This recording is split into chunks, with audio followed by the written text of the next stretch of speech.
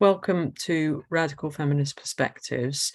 Today we are going to hear a discussion about Radical Feminism and Feminist Radicalism by Ellen Willis, and it's discussed by Dansky and Kath Aiken. Thank you very much, both of you, and over to you. Thanks, Joe. Thanks, Joe. So good morning, Cara. It's nice to see you. Good morning, Kath. It's lovely to see you as well. Why don't we start off by you telling us a little bit about yourself, what you currently do, and how you got into radical feminism? Sure, thanks. So my name is Cara Dansky, and I live in Washington, D.C.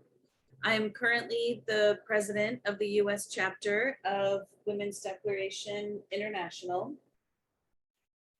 How I got into radical feminism. So I have always, as long as I can remember, considered myself on the political left. And I remember very concretely learning about radical feminism in college and in law school. And my career eventually took a different turn, where I ended up working in what is known as the progressive criminal justice reform movement in the US, fighting against mass incarceration and fighting against police militarization. And for a while, I just wasn't involved in radical feminist activism during my career, even though I had been very involved in college and law school. I don't know if in the UK, do you have something called abortion clinic defense? You probably don't, because you don't need it. No, not as far as I know, because it's like one of those things that I think thought was all sorted. So there are sometimes protesters at abortion clinics, but it's not a big thing. It's generally, I feel like it's an accepted thing in the UK that we don't have to fight like you do in the US.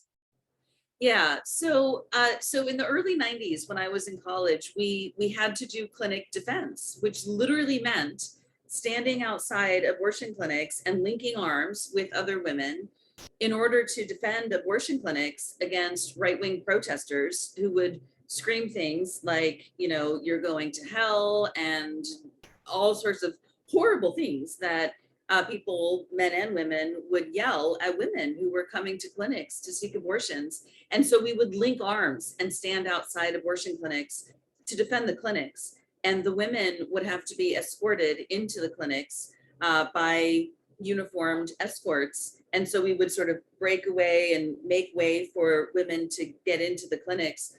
But otherwise, we were on the front lines of defending these clinics against attacks. And it was good work. I'm very happy to have done it. It became less necessary in the later 1990s as we enacted laws to require some distance between the protesters and the clinics themselves. But it was hard work. It was very hard work. And I was very actively involved in that in the early 1990s. And then, as I said, after law school, my career took a different turn, and I started working in criminal justice reform, but I found my way back, and I'm very happy that I did. And it was a couple of pivotal things that happened in 2014 that made me pull all of my radical feminist literature down off of my bookshelf from college and law school and reread it. I reread Marilyn Frye, I reread Catherine McKinnon, I reread Andrea Dworkin, and I found my roots again, and I got actively involved in radical feminism at that time, starting 2014, 2015, and going forward. How about you? Well, I was a traditional child of the 80s and early 90s, and assumed that all of this hard work had been done, so that I didn't have to do any of it, and I could benefit from the work of older women, but I would probably do it a bit better because I just remember to be a bit nicer to men. And throughout the 1990s, when I was at college and a young woman in my 20s, I didn't get involved in, I obviously had feminist principles, but didn't get involved in any activism or anything like that because I was too busy having fun. And I thought all this stuff was done, to my eternal shame.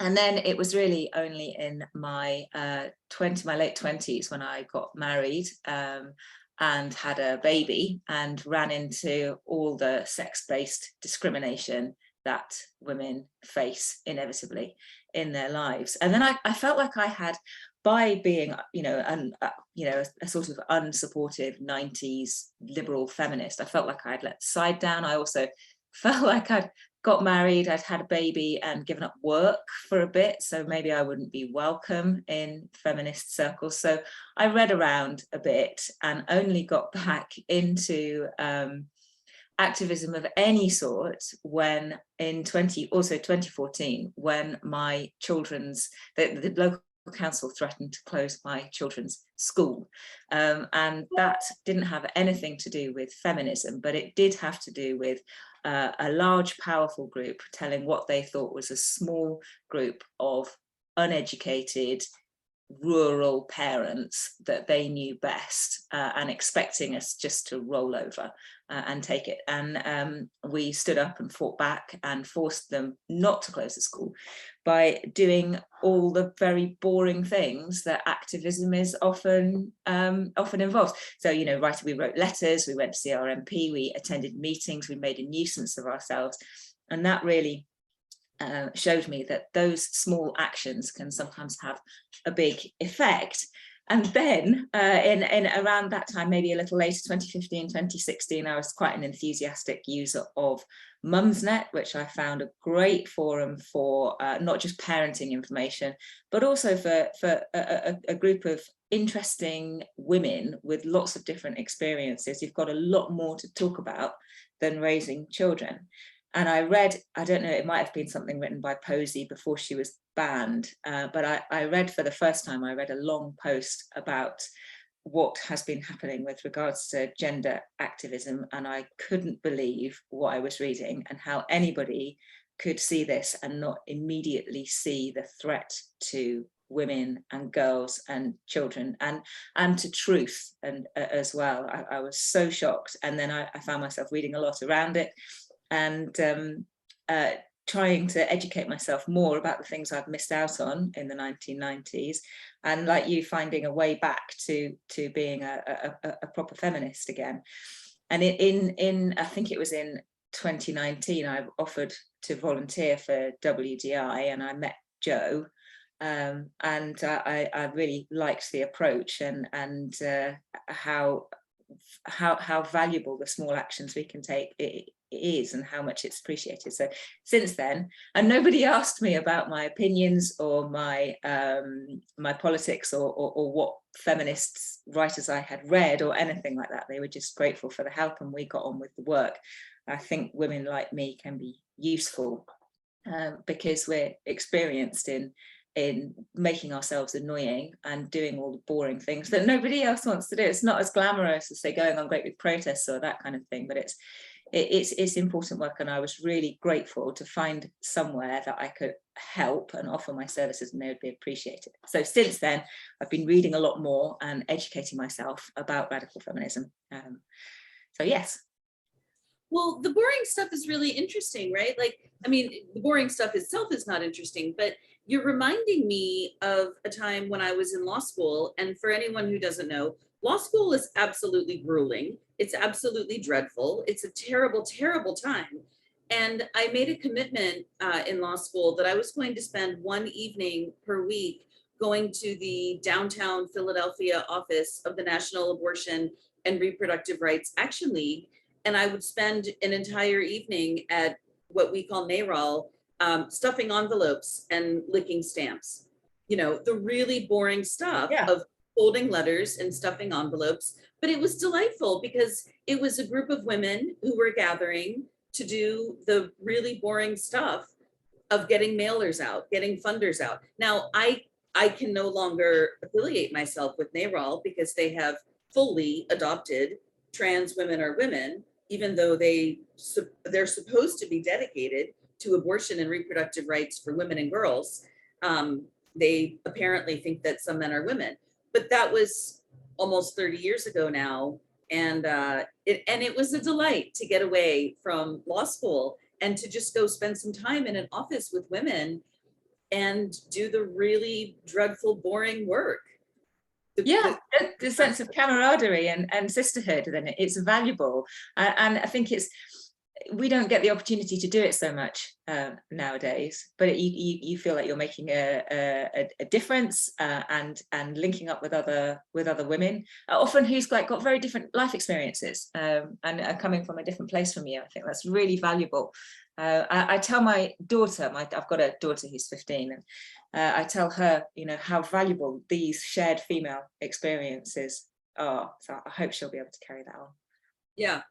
So just on the topic of varied experiences, I'm just curious, Kath, you said that no one in WDI has ever asked you for your political opinions, but now I'm gonna touch on them a little bit and ask, do you situate yourself ideologically or politically anywhere on the political spectrum? Yes, I would always say that I was on the left. I certainly don't agree with everything the British Labour Party does, but I've always been a Labour Party voter I grew up in a family with working class Tory parents who had through the military, made a big success of their lives and were horrified by the idea that anybody would ever vote left wing. So that started out in my teens as a way to rebel against them. But I've always thought of myself as somebody on the left wing. But when I met Jo, all you had to do was to sign the declaration and to support the 9 articles of the declaration, which seemed to me very much as a left wing thing anyway. But nobody ever asked. I support the declaration.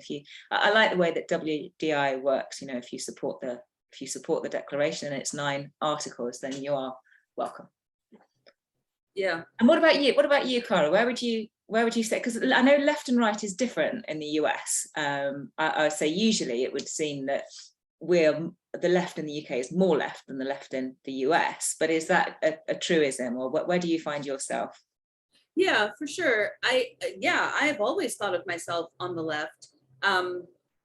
My parents were, unlike you, my parents were very left-wing, and they brought me up to be as such.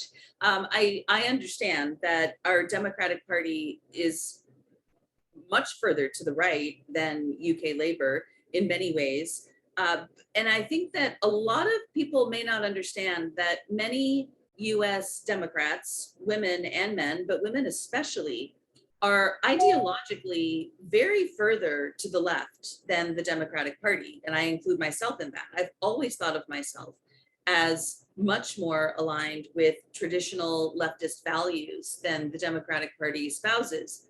I remain a registered Democrat because that's sort of what we've got. Our alternative to that is the Green Party. And I was a member of the Green Party for a short period of time in 2007.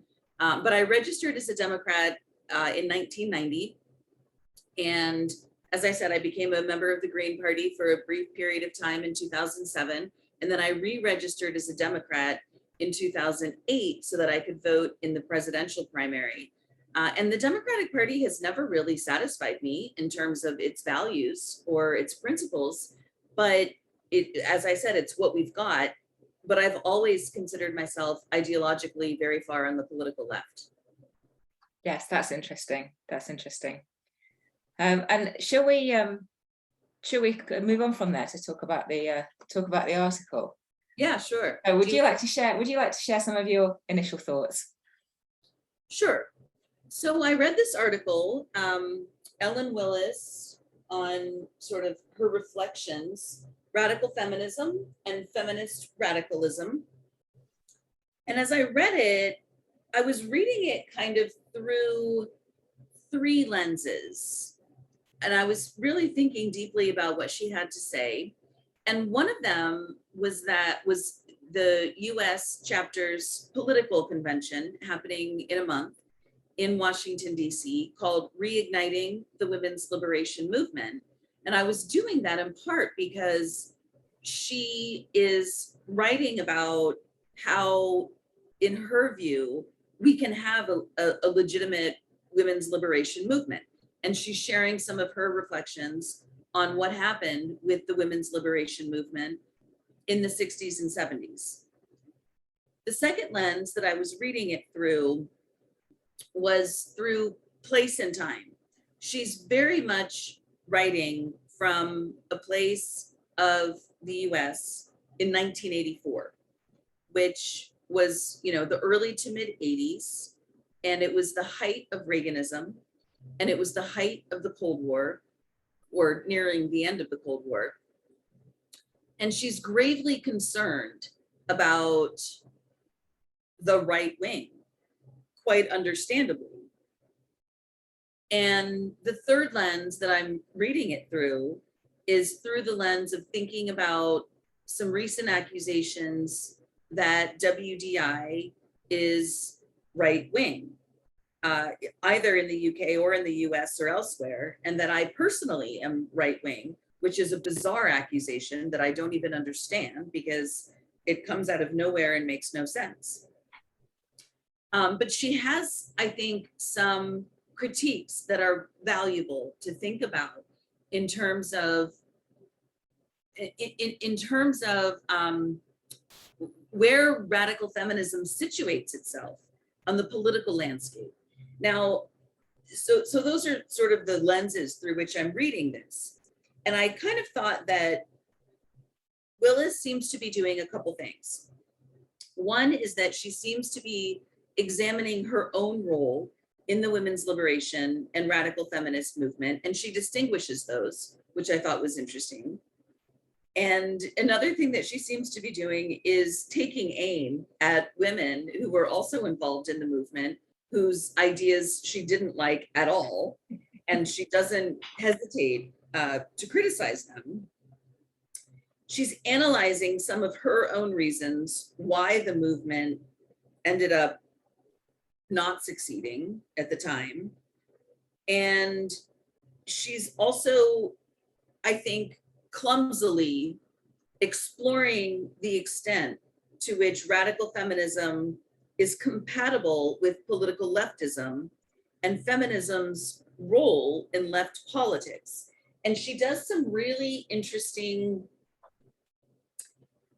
analyzing of how radical feminists in the 1960s and 70s, at least in the States, found themselves being very uncomfortable in leftist politics, not because they disagreed with leftist politics, but because it was largely men running leftist political movements.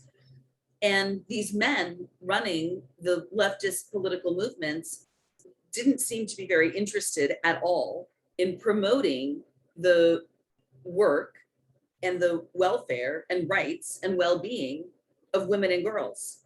And so a lot of radical feminists kind of got tired of that. And I have a story that was told to me recently, and then I'll turn it back over to you. This woman, Bonnie, who I've recently come to know and who's quite lovely, and she was very active in the anti-war movement in the 60s and 70s. She was very anti-US involvement in the Vietnam War, and she was very active in the movement to stop it. And she was in college, and she came across a weekly paper, and the weekly paper was advertising a meeting of the women's liberation movement in Washington, DC. And she and her friends decided to attend that movement, or that meeting. And what she tells me is that it changed her life. All of a sudden, it was a room full of women. It was women leaders, women participants, women speaking, women sharing ideas of political liberation. And she says it changed her life. And even though she remained active in the anti-Vietnam War movement, because that was important to her, and she was proud of that work then, and she's proud of it now, she stopped taking men at their word. She stopped believing that the men in charge of the movement necessarily knew what they were talking about, because they didn't. And it was women's liberation that fueled her desire to continue in leftist political organizing on a number of issues. So I found the piece interesting. And one more thing I'll say, and then I want to hear your thoughts. I was reading it and thinking, would I recommend this article to women who are interested in radical feminist organizing? And I think at the end of the day, the answer is yes. I would recommend it, but not because it's right, but because it's interesting and it has some insights into what we can learn from radical feminist organizing and activism from the past several decades and going forward. Because in 2022, we're in a very different world than she was in 1984. For sure. And I really noticed that when she talks about pornography, which she seems to be quite in favor of. And also it seems to be trying to tie the women in the 1980s who were the radical feminists who were opposed to pornography to some kind of right-wing Christian essentialist type of activism. And I wondered if that was particularly of its time. And because in 1984, nobody, I think, could have predicted what would have happened with the explosion in horrendous porn. So I do wonder what she would think now about that. It's interesting what you say about whether you'd recommend it. I found it fascinating to read, although I thought it could maybe have been about half as long as it was. But I did get a bit lost with it. It's very interesting to read about the distinctions between socialist feminism and cultural feminism. And I understood the main differences between liberal feminism and radical feminism, but there are a whole lot of sub-branches that I didn't know enough about. I think it would take some more careful reading to split those out, and I would like to read more from the women that she doesn't agree with to find out more about those as well. But I think she talks about a lot of interesting things. While I don't agree with everything that she says. There's 1980s feminism in the US. I was 8 in 1984 and knew absolutely nothing about it then, so it's very interesting to get a sense of place and time from that article. I don't know if is she still, Ellen Willis, is she still active in feminism today? Do we know? I don't know anything about that. No, I found that interesting too, and I agree with you. It could be quite a bit shorter. She spends a lot of time. She spends a lot of time criticizing women that she seems to know. I mean, I don't know, right? I don't know from reading the article whether she knows the women that she's criticizing, but I certainly got the feeling that she did. It's very, we would say in the States, it's very inside baseball. It's very, it's very much looking at various groups and movements who seemed to be generally in agreement with a lot of things, but have some different tactics. And she seems to be exposing some fissures. And I sort of wonder if exposing those fissures is ultimately helpful. And I kind of think at the end of the day, it's not helpful, because if the goal is to liberate women and girls from male oppression, male supremacy, patriarchy, however you like to call it, yeah, then I think that this kind of exploration into disagreements between individual women and individual groups is ultimately not helpful toward that goal. But I don't know. And I'd like to hear what you think about that. But also I want to just comment that I also found her discussion, it comes toward the end of the article about pornography, to be very interesting. And I do also wonder whether she would have the same view today as she did in 1984. But what she seems to be saying about pornography is that the feminist what she seems to be saying is that the feminist opposition to pornography essentializes women into traditional stereotypes of femininity in the same way that the right wing essentializes women into traditional stereotypes of femininity. And I take issue with that, because I think it is completely possible to criticize pornography, certainly today, but even in 1984, I think it's completely possible to criticize pornography as being torture, violence, and exploitation against women and girls in a way that absolutely does not essentialize women into traditional stereotypes of femininity. So that's where I think I would take the strongest issue with her analysis. Yes, I agree with that. I found that quite surprising to read from somebody who describes themselves as a radical feminist could take that kind of approach. But then I thought maybe, you know, I just don't know enough about what was happening in the 1980s. But so I do wonder what she would say today. But what you say about whether it's helpful to sort of air these kind of splits in public, and whether it's helpful to the general movement, I would agree with you that it is not. And I wonder, I think if you're involved in activism, all activism of any sort has a tendency to splinter. And I don't know whether that is, there's an impression that it's worse within feminism, and I'm sure that that's not true, but it's just a trope that's become true by repetition. But I think ideological purity is a problem in a lot of ways, because one of the comments I just noticed at the side, I think it's maybe Fiona, said that her line, Ellen's line, I think it's on the first page, well, it's early on, about how radical feminism, it's on the second page, radical feminism turned women on by the thousands. And I'm sure that is like the general premises of radical feminism, I think are great and very exciting, but the concept of ideological purity turns people off. I'm sure it does. And that's one of the reasons that I like a lot the WDI non-partisan approach. It feels like a welcoming group of women, and we're fighting. I came to one of the early feminist question times when you were speaking, and you said, this issue, women and girls' rights, this is an emergency, and that stuck with me. I thought it was such an important thing to say. It is an emergency. It is an emergency, and I think we can unite on women and girls' rights and not indulge in this kind of splitting behaviour. When at WDI, I often look after the website content, not the technical side, but the content at the moment.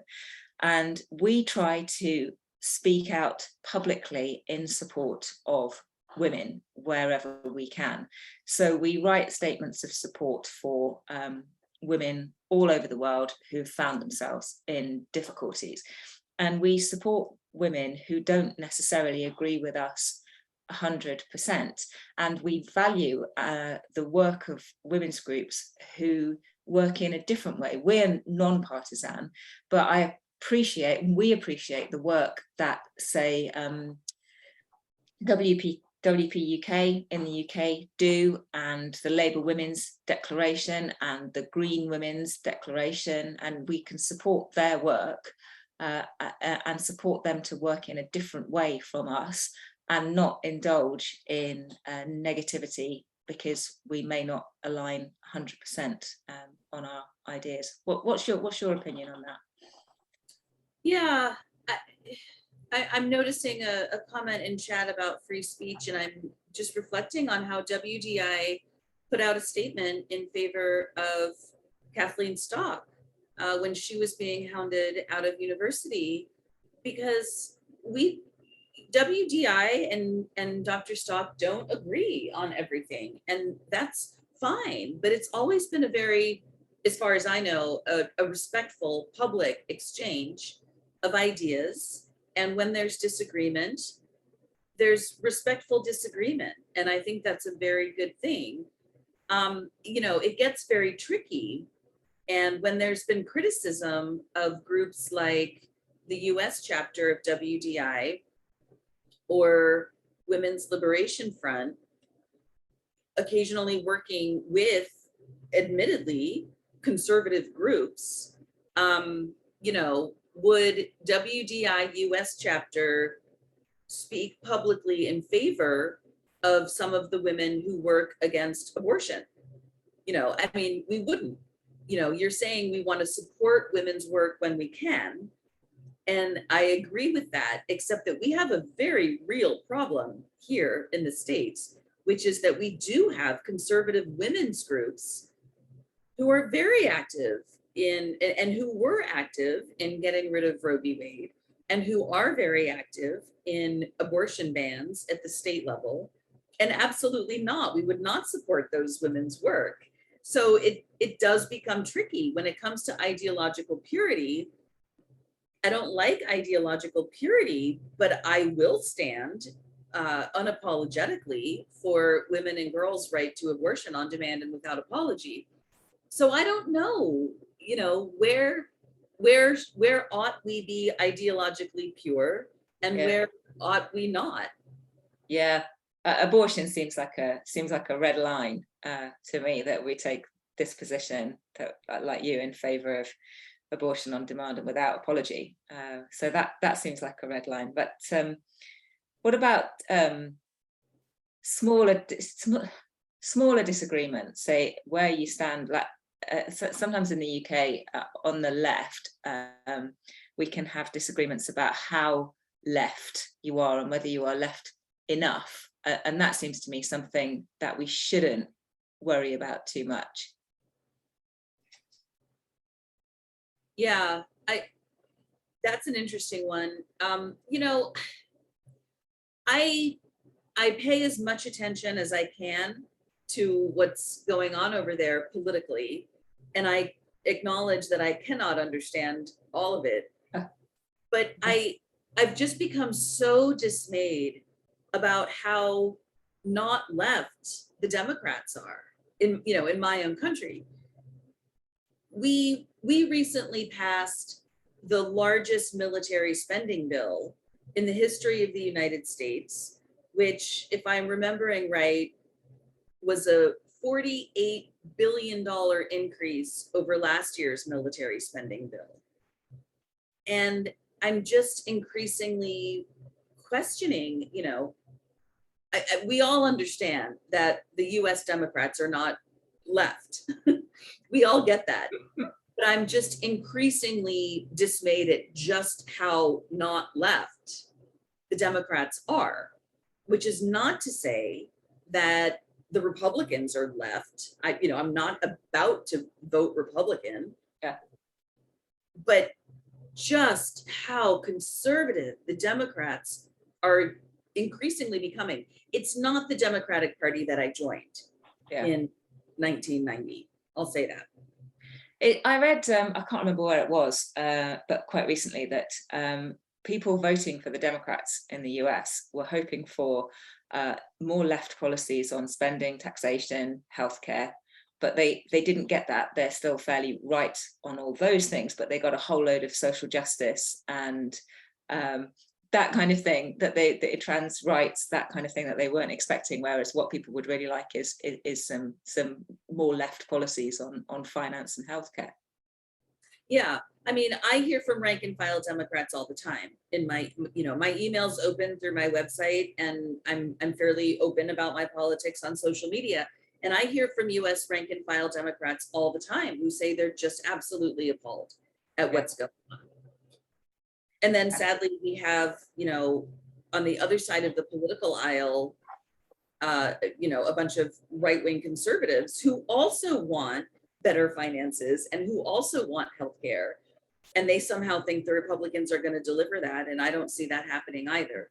We also have this other problem, which is the previous president, whose name I don't like to say.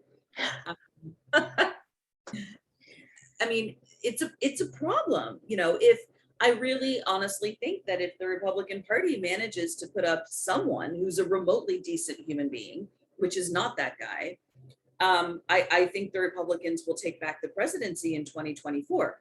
I will not vote Republican, but I know plenty of Democrats who will.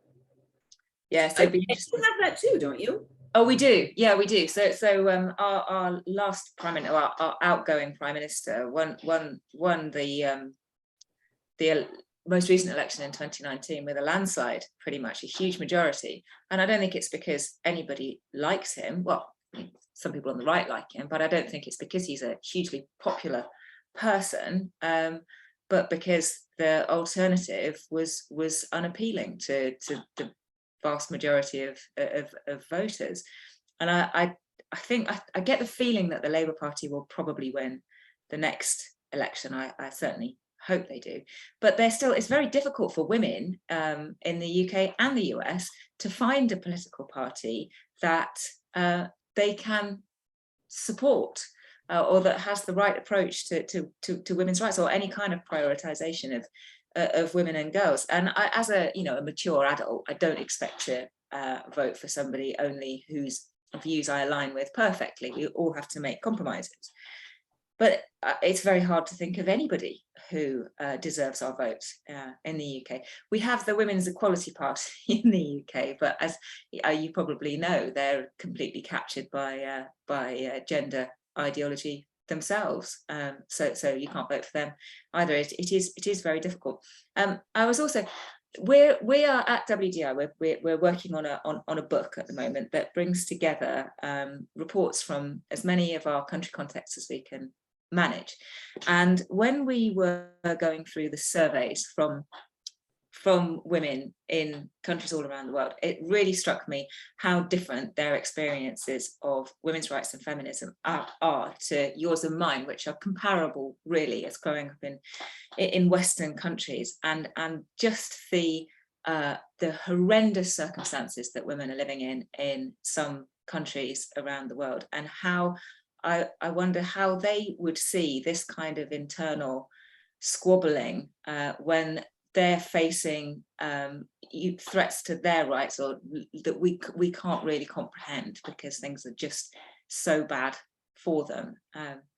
So it would be, I would really like to be able to show a more united front generally. I think you can appreciate people's differences and still manage to work together. As you're speaking, I'm reminded of one of the Saturday Feminist Question Time presentations of a woman. I think she was from Ghana, and she was giving her PowerPoint presentation of the educational videos that she gives to women in her country who don't know about women's bodies. She was talking about educating women about what a vagina is, what a vulva is, what a cervix is, and just the critical importance of women's knowledge of our own anatomy. And you're right that here we are sort of talking about internal squabbling. This article talks about a lot of internal squabbling among women in New York City in the 1960s and 70s. And it ultimately is not useful to the movement for women's liberation to engage in that kind of thing. We have to have our eyes on the prize. We have to have a big picture. If we're going to have a movement to liberate women, then that has to be the goal. Yeah, and that's what is important to women. Although, if we're talking about the woman who presented on Feminist Question Time and doing her educational materials on, what is a vagina, what is a vulva, what is a cervix, it's worth mentioning that in the UK, apparently, who has a cervix is up for questioning. It really is. The Welsh government put out a resource recently, which was supposed to be for young girls and women on periods, that didn't mention women or girls once. And it strikes me as the epitome of a luxury belief, where women, at some point fairly recently, it was believed that women should be educated about knowledgeable about their own bodies, and now we're not allowed to be. We're not allowed to know things about our own bodies. And even in the UK, still, like the majority of women need simple language. Because women who don't speak English as a first language, for example, there's easy ways to describe our bodies, and it seems like we're really going backwards in trying to. It's like a return to a conservative view might have been not to talk about our bodies because they were shameful, and now we can't talk about our bodies because they're shameful again, but for a whole lot of different reasons, which seem to be supported by the left in the UK. It seems very, very shocking. Yeah, but as long as we're talking about Wales, we shouldn't let this discussion go by without noting that lesbians were kicked out of Pride. Oh, yes, absolutely shocking to see that yesterday. The women who stand up at the front of that parade yesterday are so brave to be dealing with not only those horrible, hostile men, but a hostile, completely captured police force as well. I've got huge admiration. We'll probably write something about that later when we've got time. But yes, huge support to them. It's really, really shocking to see that happening. It's happening in Pride marches all over the country. Is it the same in the US? I don't know about Pride in the US anymore. I was chatting with a friend about how, we're old enough to remember when it was called Gay Pride. Yeah. And then it stopped being called Gay Pride and it just started being called Pride. But the reason that it stopped being called Gay Pride is because everyone knew we were talking about lesbians, gay, and bisexual people. So It didn't need to be said, but nobody thought, 8 years ago or whatever, nobody thought it meant, kink pedophilia pride. And that's what it means now. TQIA kink pedophilia pride. That's what it is. Yeah. It's very shocking, but the women there were very brave. They were. For anyone who hasn't seen, the vice president of the US chapter, Lauren Levy, wrote a piece that I published on my Substack. It's free and shareable, and just Lauren's a lesbian and she's just voicing her outrage about what happened in Cardiff and her solidarity with the lesbians who bravely marched. We know of lesbians attacked at marches in Germany recently as well. I think this is, and France too. I think this is becoming a huge problem. And in the UK, I think the poor response by the police has just emboldened trans activists to push it even more. And I know that there's that Posey, Kelly J, is doing an event in September in Brighton, which Brighton has a reputation in the UK of being perhaps the most TQ plus friendly place in the country. So it will be very interesting to see what the police do there, because I think they've just given up. Maybe they don't care. Maybe they just think that the women are wrong and ought to be controlled. So the more of us talking out on this, the better.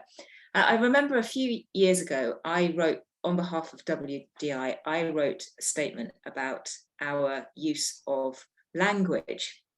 And we, in the material we put out, we don't use any, we only use accurate language to talk about women and men.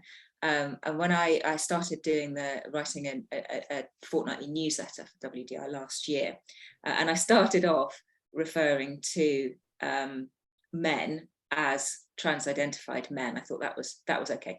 But as I've gone on, I tried more and more just to call them men. So we have a statement that says that we don't use preferred pronouns, we don't use gender activist language, but a lot of people still do. And I was just thinking that I wouldn't want to be purist about that.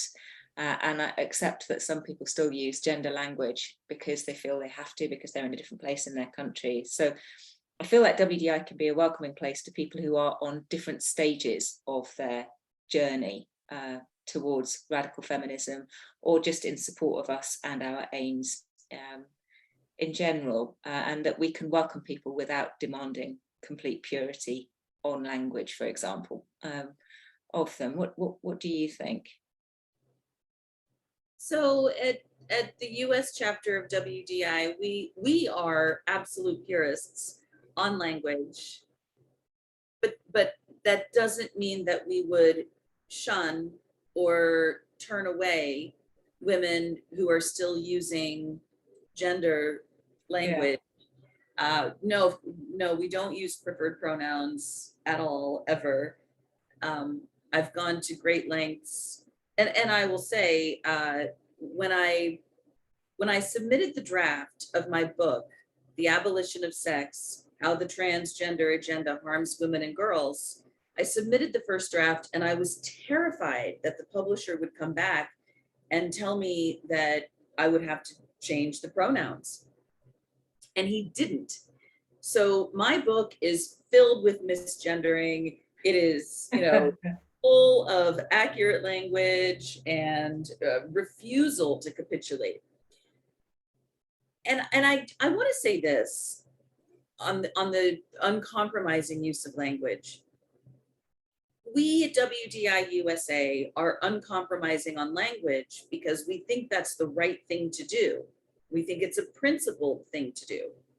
But I also just want to say that from my perspective as an individual, on a psychological level, it is just absolutely liberating to cleanse your mind of trans language.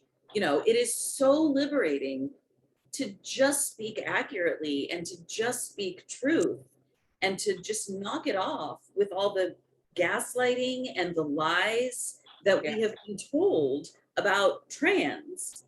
Just getting rid of it just feels great. So I would encourage everyone to do it, not only because it's the right thing to do, but just because it's awesome.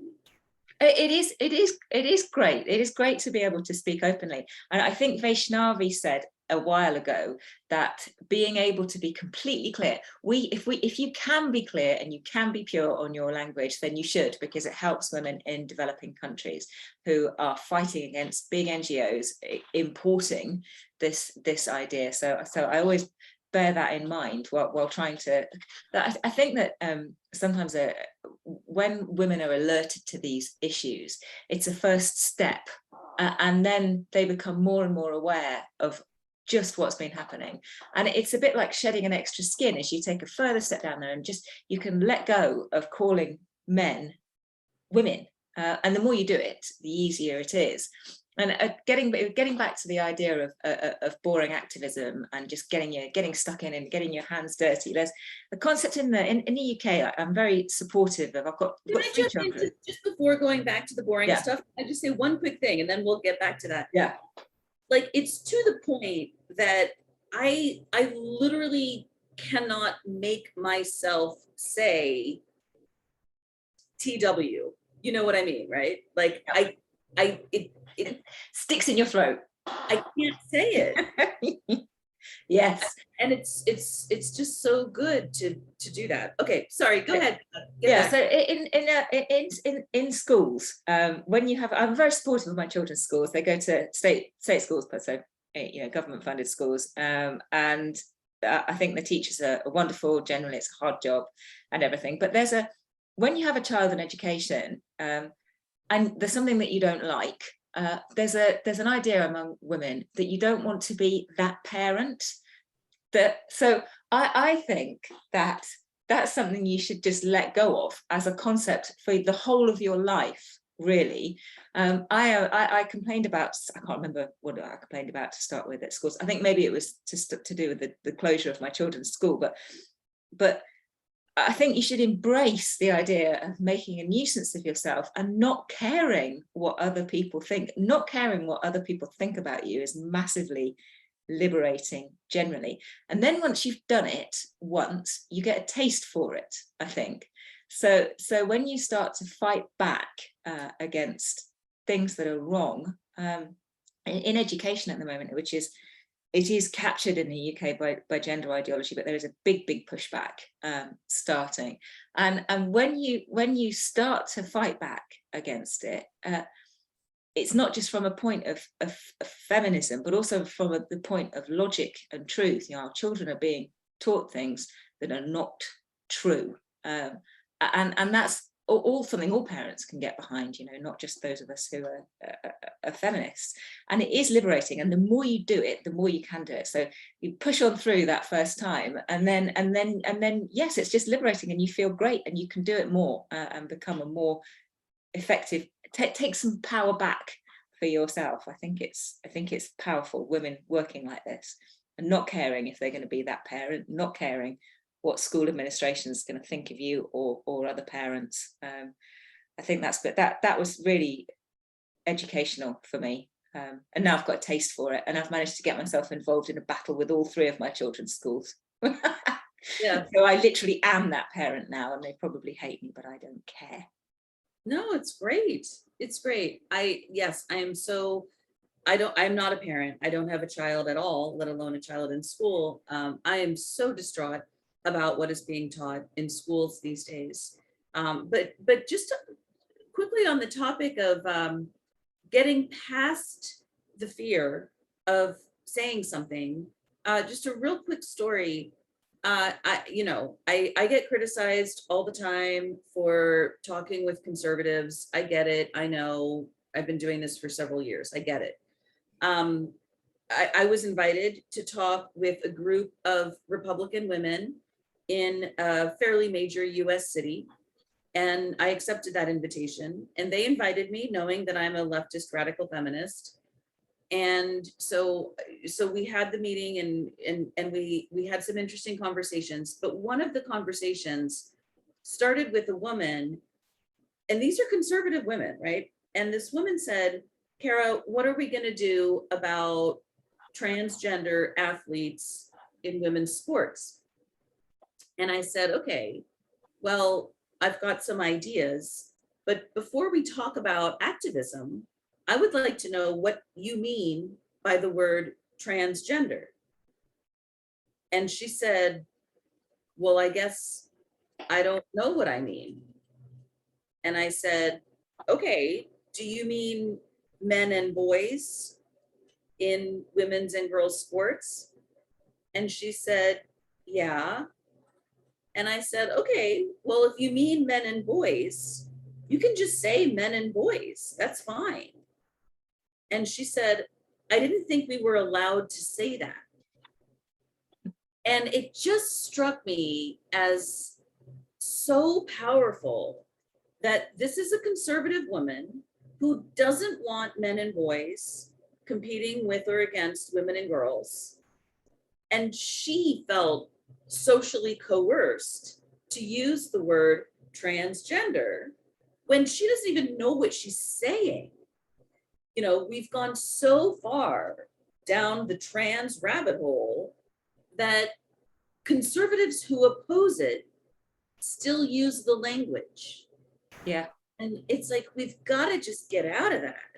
Yeah, the whole idea that you're not allowed to say something is really not allowed. Yeah, it's really astonishing, isn't it? I just see a comment in the chat just now as well from a young woman who's 20 in Portland, and saying that she'd be ostracized by classmates and community. This strikes me as absolutely true.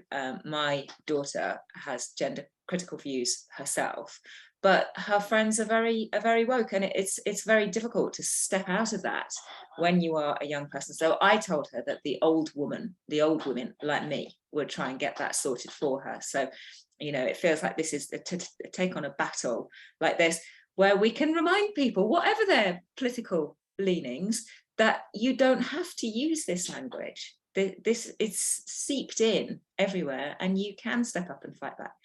And once you do it, you'll feel better. It's so funny. We're in the States here. We're preparing for our convention in DC in September, and there's a man that I've been communicating with over email, and he runs audiovisual and tech for the venue, and he has he/him pronouns in his email signature. And so we've communicated over email. I do not have pronouns in my signature, of course, but he goes out of his way to have he/him pronouns in his email signature. And then we had a Zoom call the other day, so we can see each other on the screen. And over the course of the conversation, which lasted for about an hour, he called me ma'am several times. He never, he knows I'm a woman. Of course. I didn't have my pronouns in my signature, and somehow How did you know? You can just tell. Amazing, amazing. Well, so the WDI USA conference, when does that take place, and is it going to be available online? September 23rd to 25th, and we have decided that for the most part, we are not going to make it available online because we want it to be a really authentic, to the extent possible, in-person, real second wave organizing event. And so it's going to be women together. We're going to be talking, in person, working. We're going to be having plenary sessions and breakout sessions and free sessions for networking and meals, and we're going to hang out and we're going to have a great time. But Saturday, the 24th, my understanding, at least at this time, is that feminist question time will be a half hour earlier than normal, and we'll be live streaming our discussion on a radical feminist structural analysis. Oh, that sounds fantastic. It sounds like a wonderful event. Are you going to hold it yearly? I'm not sure I'm ready to take that on.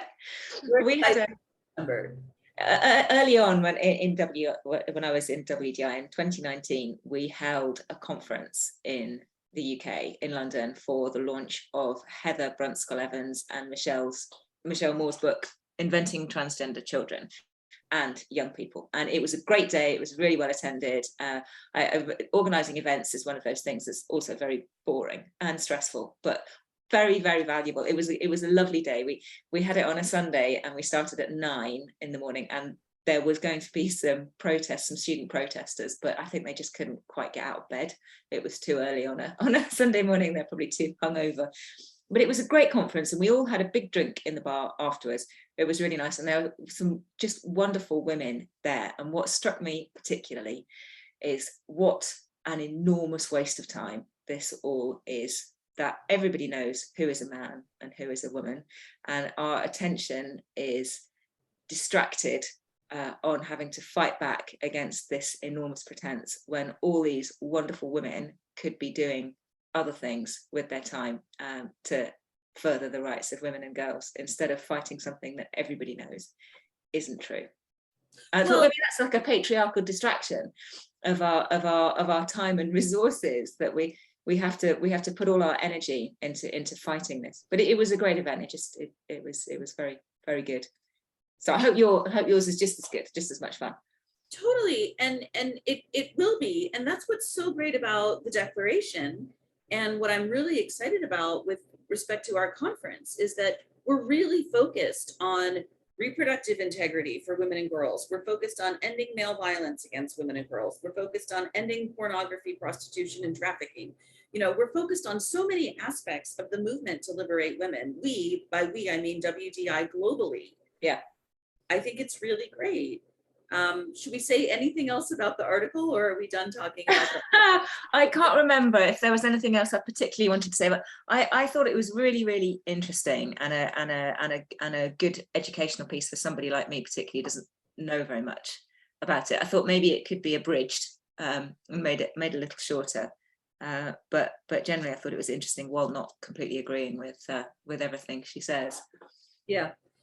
Yeah, I agree with you. And, you know, as we said, we're in a different place in time. And in the meantime, we're just going to keep fighting. You know, we're going to keep promoting our leftist feminist movement to liberate women and girls. Yes. Yeah. And I think that's just about the end of the hour. Would you say so?